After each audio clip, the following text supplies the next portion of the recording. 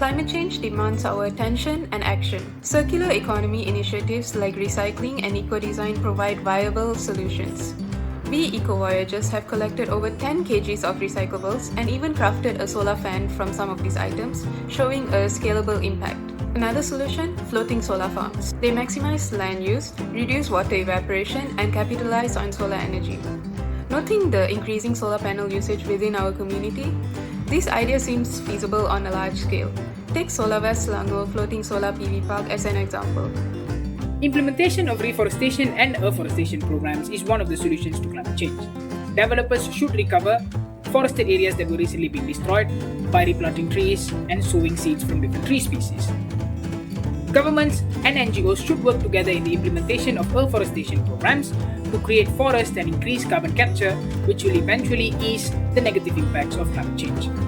Moving on, some of the global warming messages that we can summarize based on the weekly task are as follows. The first is that global warming affects us all, so we need to move beyond individual concern and recognize the importance of collective action for a sustainable future. This can be done by overcoming the critical thinking barrier, egocentrism, because egocentrism basically means self-centered thinking.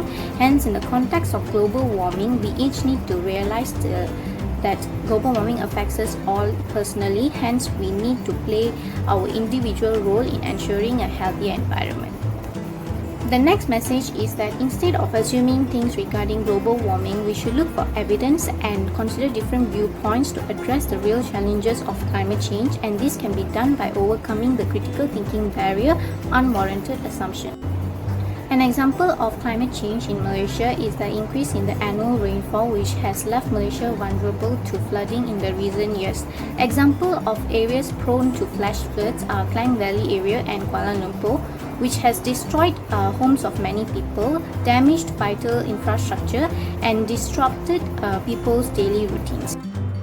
Climate change in Malaysia also leads to recurring haze from the illegal forest fires in Indonesia. Smoke crosses borders, impairing visibility, health, and also the economy. Schools close and daily life is disrupted. Climate change has caused the annual surface temperature of Malaysia to increase. One very clear indication of this particular impact is the phenomenon known as El Nino. El Nino refers to the warming of water surface temperature in the Pacific Ocean and is linked to very extreme weathers. Extreme weather such as this hinders the yield of crops such as rice in this country. The rising sea level in Malaysia has become a big concern in recent days, especially in the coastal areas such as Langkawi and Penang. This is not only a threat for the ecosystem but also for the community who are dependent on the coastal areas.